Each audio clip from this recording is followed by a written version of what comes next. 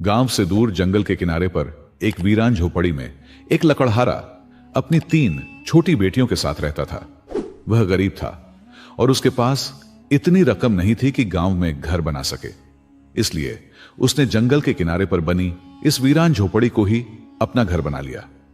लकड़हारा रोजाना सूखी लकड़ियां इकट्ठा करता और उन्हें गांव वालों को बेचकर थोड़ी सी कमाई करता, जो बमुश्किल उस दिन का खाना खरीदने के लिए काफी होती। वो हर रोज बिना थके मेहनत करता ताकि अपनी बेटियों के लिए रोटी का बंदोबस्त कर सके। एक दिन जब वो अपनी बेटियों के साथ खाना खा रहा था तो उसने उनकी तरफ प्यार और शफकत से देखते हुए सोचा, मैं हर रोज सख्त मेहनत करता हूं, लेकिन सिर्फ एक दिन का खाना ही जुटा पाता हूं। अगर कभी मैं बीमार हो गया या किसी मुसीबत का शिकार हो गया तो मेरी बेटियों का क्या होगा? उन्हें कौन खाना देगा? मुझे अपनी मेहनत बढ़ानी होगी ताकि कुछ पैसे बचा सकूं, ताकि मुश्किल वक्त के लिए तैयार रहूं। उसने फैसला किया कि अगले दिन से वो ज्यादा लकड़ियां इकट्ठा करेगा ताकि उसे कुछ रकम बचाने का मौका मिले। अगले दिन वह जंगल में गया और टूटी हुई और गिरी हुई टहनियों को इकट्ठा करने लगा। वो एक जगह से दूसरी जगह घूमता रहा, लेकिन आखिर में उसे एहसास हुआ कि वह एक ही जगह घूम रहा है और उसने उतनी ही लकड़ियां इकट्ठा की हैं जितनी रोजाना करता था। वजह यह थी कि जंगल छोटा था और रोजाना सिर्फ उतनी ही लकड़ियां मिल पाती थी। लकड़हारा मायूस हो गया और समझ गया कि सिर्फ लकड़ियां इकट्ठा करने से उसका मकसद पूरा नहीं होगा। इसलिए उसने सोचा कि वह कोई दूसरा काम ढूंढेगा जो उसे बेहतर आमदनी दे सके। वो अपनी जमा की हुई लकड़ियां लेकर पास के गांव गया, उन्हें बेचा और फिर दुकानदारों और व्यापारियों से काम मांगने लगा। लेकिन हर जगह उसे इंकार का सामना हुआ क्योंकि उसके पास लकड़ियां इकट्ठा करने के अलावा कोई हुनर नहीं था। वो उदास होकर घर वापस आया और अपनी किस्मत को कोसता रहा। रात को जब वह अपनी बेटियों को खाना खिला चुका और सोने के लिए लेटा तो चिराग बुझाने से पहले उसकी नजर दीवार पर लटके हुए अपने कुल्हाड़े पर पड़ी।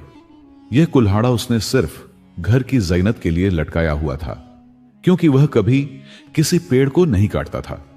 वो जानता था कि पेड़ काटने का मतलब जंगल का खात्मा है और अगर जंगल खत्म हो गया तो उसकी रोजी भी चली जाएगी।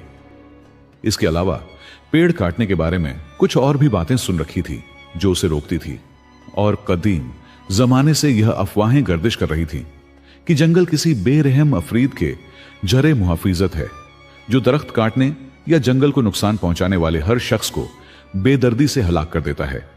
इसी वजह से लोग जंगल से दूर रहते थे और सिवाय इस गरीब लकड़हारे के कोई भी वहां करीब नहीं जाता था। लकड़हारा ने काफी सोच विचार के बाद आखिरकार कुल्हाड़े का इस्तेमाल करने का फैसला किया, क्योंकि यही उसके पास वाहिद रास्ता था जो उसकी ख्वाहिश पूरी कर सकता था। सुबह हुई तो लकड़हारा अपना कुल्हाड़ा लेकर जंगल की तरफ चल पड़ा।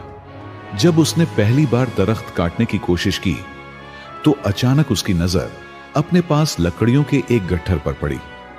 पहले तो उसने सोचा कि शायद यह किसी दूसरे लकड़हारे की छोड़ी हुई हो, लेकिन जब उसने इधर उधर देखा तो वहां कोई मौजूद नहीं था। फिर उसने गौर से लकड़ियों के गट्ठर को देखा तो उस पर एक कागज लगा हुआ था जिस पर लिखा था, यह ले लो, यह तुम्हारे लिए है। लकड़हारा समझ नहीं पाया कि ऐसा क्यों हुआ, लेकिन क्योंकि उसे अशद जरूरत थी इसलिए उसने ज्यादा सोचे बगैर लकड़ियों का गट्ठर उठाया और गांव जाकर अच्छे दामों बेच दिया। फिर खुशी खुशी घर वापस आ गया। अगले दिन भी यही मामला हुआ। वहीं लकड़ियों का गट्ठर उसी जगह पर मौजूद था और फिर उसी दिन से लकड़हारा रोजाना जंगल जाता, लकड़ियों का गट्ठर ले आता और बगैर यह जाने कि यह कहां से आता है या क्यों उसे दिया जाता है, उसे फरोख्त कर देता। 1 साल गुजर गया और लकड़हारा यही काम करता रहा, जिससे उसकी गुजरस होती रही और थोड़ी बहुत बचत भी होने लगी। लेकिन अब जब उसकी बेटियां बड़ी हो रही थीं और अखराजात बढ़ गए थे तो लकड़ियों का गट्ठर काफी नहीं होता था। इसलिए उसने फैसला किया कि अब वह खुद दरख्त काटेगा। जब उसने दरख्त काटने के लिए कुल्हाड़ा उठाया तो अचानक एक आवाज सुनाई दी, ए लकड़हारे, दरख्त मत काटो। लकड़हारा चौंक कर आवाज की तरफ मुड़ा, लेकिन उसे वहां कोई नजर नहीं आया सिवाय एक सिया परिंदे के जो उसके सर पर मंडला रहा था। उसने सोचा शायद थकावट की वजह से उसे वहम हुआ हो। फिर उसने दोबारा कुल्हाड़ा उठाया लेकिन इस बार अचानक खौफनाक अफरीत नमूदार हो गया। लकड़हारा दहशतदा हो गया। उसने कुल्हाड़ा फेंक दिया और पीछे हटने लगा। तब अफरीद ने उससे कहा, मैं तुम्हें इस काम से रोकने आया हूं। तुम्हें जंगल में लकड़ियां चुनने वाले के तौर पर जानता हूं। मैं जानता हूं कि तुम 3 छोटी बेटियों के बाप हो और उनके वाहिद कफील हो। मैं यह भी जानता हूं कि तुम हमेशा सूखी और गिरी हुई लकड़ियां ही इकट्ठा करते रहे हो, जंगल को कभी नुकसान नहीं पहुंचाया। लेकिन तुमने एक बार फिर दरख्त काटने का फैसला कर लिया, क्योंकि तुम्हें पैसों की सख्त जरूरत थी। इसीलिए मैं तुम्हें रोजाना लकड़ियों का गट्ठर देता था, ताकि तुम्हारी छोटी बेटियों की जरूरतें पूरी हो सके और तुम दरख्त ना काटो। लेकिन जब तुमने फिर भी दरख्त काटने की ठान ली, तो मजबूरन मैं खुद तुम्हारे सामने आया। मैं दरख्तों के कटने और मरने का मंजर बर्दाश्त नहीं कर सकता, क्योंकि मैं इस जंगल का मुहाफिज हूं। पहले मैंने तुम्हें डराने के लिए परिंदे की शक्ल इख्तियार की, लेकिन जब तुमने मेरी बात ना समझी तो मुझे अपनी असली शक्ल में आना पड़ा। हालांकि मैं ऐसा करना पसंद नहीं करता। अब मैं तुमसे सिर्फ यह चाहता हूं कि जो लकड़ियों का गट्ठर मैं रोज तुम्हें देता हूं, उस पर कनात करो। तुम्हारी जरूरतों के लिए यह काफी है। मैं अब इस गट्ठर में कुछ इजाफी रकम भी रख दूंगा, ताकि तुम अपनी बेटियों की जरूरतें पूरी कर सको। लेकिन याद रखो, ए लकड़हारे, मैंने कभी किसी को माफ नहीं किया जिसने जंगल को नुकसान पहुंचाने की कोशिश की।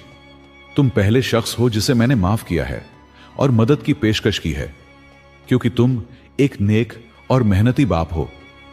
लेकिन मैं तुम्हें खबरदार करता हूं कि अगर तुमने दोबारा दरख्त काटने की कोशिश की तो तुम नहीं जान पाओगे कि मैं तुम्हारे साथ क्या करूंगा। यह कहकर जंगल का अफरीद गायब हो गया। लकड़हारा घर वापस आया, लेकिन उसे यकीन नहीं आ रहा था कि वाकई यह सब हुआ है। इस वाक्य के बाद वो अफरीद की ख्वाहिश को समझ गया और रोजाना मिलने वाले लकड़ी के गट्ठर पर ही कनात करने लगा। सब कुछ ठीक चल रहा था, यहां तक कि एक दिन उसकी सबसे छोटी बेटी बीमार पड़ गई। लकड़हारा उसे हकीम के पास ले गया। हकीम ने मुआयना करने के बाद बताया कि बच्ची को एक नायाब बीमारी हो गई है, जो दिन ब दिन उसकी हरकत की सलाहियत छीन लेगी। अगरचे इस बीमारी का इलाज मौजूद था, लेकिन वो बहुत महंगा था, क्योंकि दवा बनाने वाली जड़ी बूटियां दूर दराज हिंदुस्तान से आती थीं और उन्हें मंगवाने का खर्चा लकड़हारे की पहुंच से बाहर था। लकड़हारा परेशान हो गया। उसके पास जो भी पैसे थे वह इस इलाज के अखराजात के मुकाबले में कुछ भी नहीं थे। अपनी बेटी की हालत देखकर उसका दिल भर आया और उसने फैसला किया कि वह जंगल में जाएगा और दरख्त काटकर इतनी रकम जमा करेगा कि दवा खरीद सके, चाहे उसे अफरीद की धमकी ही क्यों ना हो। जब वह जंगल में पहुंचा और दरख्त काटने ही वाला था, तो उसे अफरीद की वार्निंग याद आ गई कि अगर उसने ऐसा किया तो वह उससे बदला लेगा।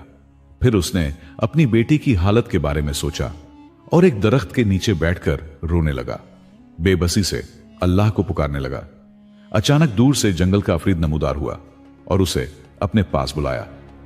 लकड़हारा पहले तो डर गया, लेकिन उसने फैसला किया कि वह अफरीद के पास जाएगा ताकि उसके जाहिर होने की वजह जान सके। जब वह उसके करीब पहुंचा तो उसने एक कुआं देखा जो पहले वहां मौजूद नहीं था। अफरीद ने उससे कहा, यह कुआं अल्लाह के फजल से तुम्हारी बेटी को शिफा दे सकता है। अगर तुम उसके पानी से उसे 7 बार नहलाओगे, फिर वो एक लफ्ज भी कहे बगैर गायब हो गया। लकड़हारा खुशी से भर गया और उम्मीद की किरण दिल में लेकर अपनी झोपड़ी की तरफ दौड़ा। उसने अपनी बीमार बेटी को उठाया और उस अजीब कुएं की तरफ ले गया। उसने कुएं से डोल भरकर पानी निकाला और जैसा कि अफरीद ने बताया था, अपनी बेटी को 7 बार धोया। फिर उसने बेटी को उठाया और घर वापस चल पड़ा। जब वो अपनी झोपड़ी के करीब पहुंचा तो उसने अपनी छोटी बेटी को हंसते खेलते सुना, जो पहले हरकत तक नहीं कर सकती थी और हमेशा उदास रहती थी। लकड़हारे की खुशी की कोई हद न रही और उसकी दूसरी बेटियां भी अपनी बहन की सेहतियाबी और मुस्कुराते चेहरे को देखकर बहुत खुश हुईं। अगले दिन लकड़हारा जंगल में वापस गया ताकि अफरीद का अपनी बेटी को शिफा देने पर शुक्रिया अदा करे, लेकिन वो उसे नहीं मिला। उसने हमेशा की तरह लकड़ियों का गट्ठर उठाया और गांव की तरफ चल पड़ा। जब वह वापस जा रहा था तो उसकी मुलाकात हकीम से हुई। हकीम ने उसकी बेटी के बारे में पूछा तो लकड़हारे ने अफरीद और जादुई कुएं के पानी की सारी कहानी सुनाई। हकीम को में यकीन नहीं आया, लेकिन उसने तस्दीक करने का फैसला किया। हो सकता है लकड़हारा सच कह रहा हो और उस पानी से लोगों को फायदा पहुंचे। हकीम ने लकड़हारे को एक डोल दिया और उससे कहा कि वह उस जादुई कुएं का पानी ले आए ताकि वह एक गरीब मरीज बच्चे का इलाज कर सके जिसके वालिदैन के पास इलाज का खर्च नहीं था। लकड़हारा राजी हो गया और उसकी दरख्वास्त पूरी की। जब हकीम ने बीमार बच्चे को कुएं के पानी से धोया तो बच्चा अचानक दौड़ता खेलता हुआ उठ खड़ा हुआ, जैसे उसे कभी बीमारी थी ही नहीं। हकीम हैरान रह गया और अब उसे लकड़हारे की बात पर यकीन आ गया। उसने लकड़हारे को अच्छी तनख्वाह पर अपने पास काम करने की पेशकश की, बशर्ते कि वो रोजाना कुएं का पानी लेकर आए। लेकिन लकड़हारे ने इब्तिदा में इनकार कर दिया। फिर जब हकीम ने इसरार किया तो वह राजी हो गया, लेकिन उसने शर्त रखी कि हकीम जरूरतमंद मरीजों से इलाज के बदले में मुनासिब फीस ले और वह खुद पानी लाने की उजरत नहीं लेगा। वो जानता था कि गरीब मरीजों के लिए इलाज का खर्चा उठाना कितना मुश्किल होता है। वो खुद भी इस मुश्किल से गुजर चुका था, इसलिए वह चाहता था कि जैसे अफरीद ने उसकी मदद की थी वो भी दूसरों के काम आए।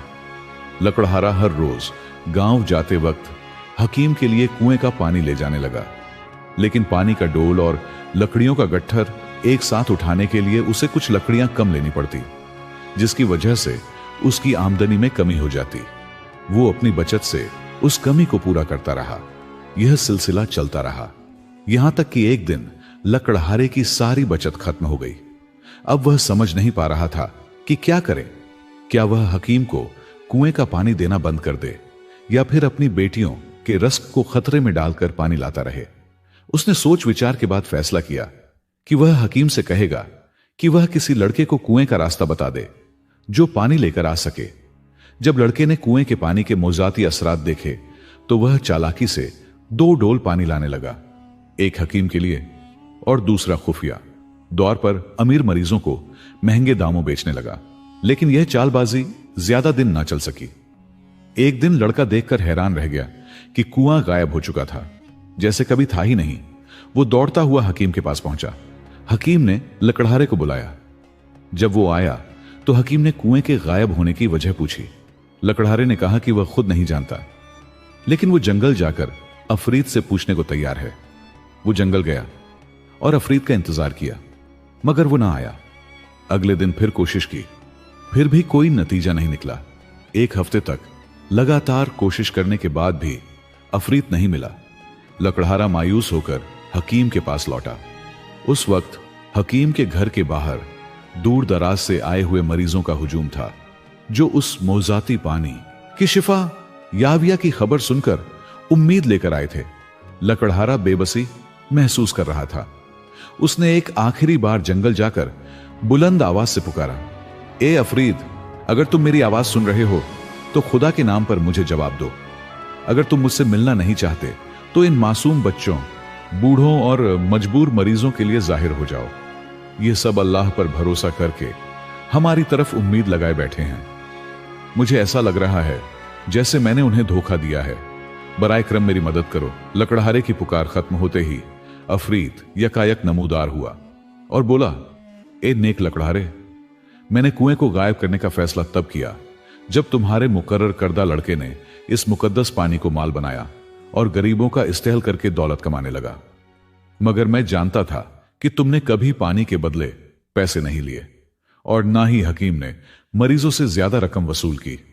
यही वजह थी कि मैंने कुआं तुम्हारे लिए खुला रखा, लेकिन जब उसे तेजारत बना दिया गया तो मजबूरन मैंने उसे गायब कर दिया। लकड़हारे ने झुककर एतराफ किया, अब मैं समझ गया कि तुमने कोई क्यों छुपा लिया। मेरी गलती थी कि मैंने उसे किसी गैर जिम्मेदार के हवाले कर दिया। बराए करम हमें एक और मौका दे दो।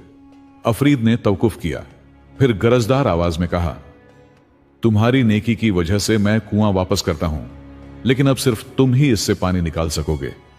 अगर कोई और कोशिश करेगा तो कुआं खुश्क मिलेगा। लकड़हारे ने परेशानी से कहा, लेकिन अगर मैं सिर्फ पानी लाने में मशरूफ हो गया तो लकड़ियां कौन बेचेगा? मेरी बेटियों का गुजारा कैसे होगा?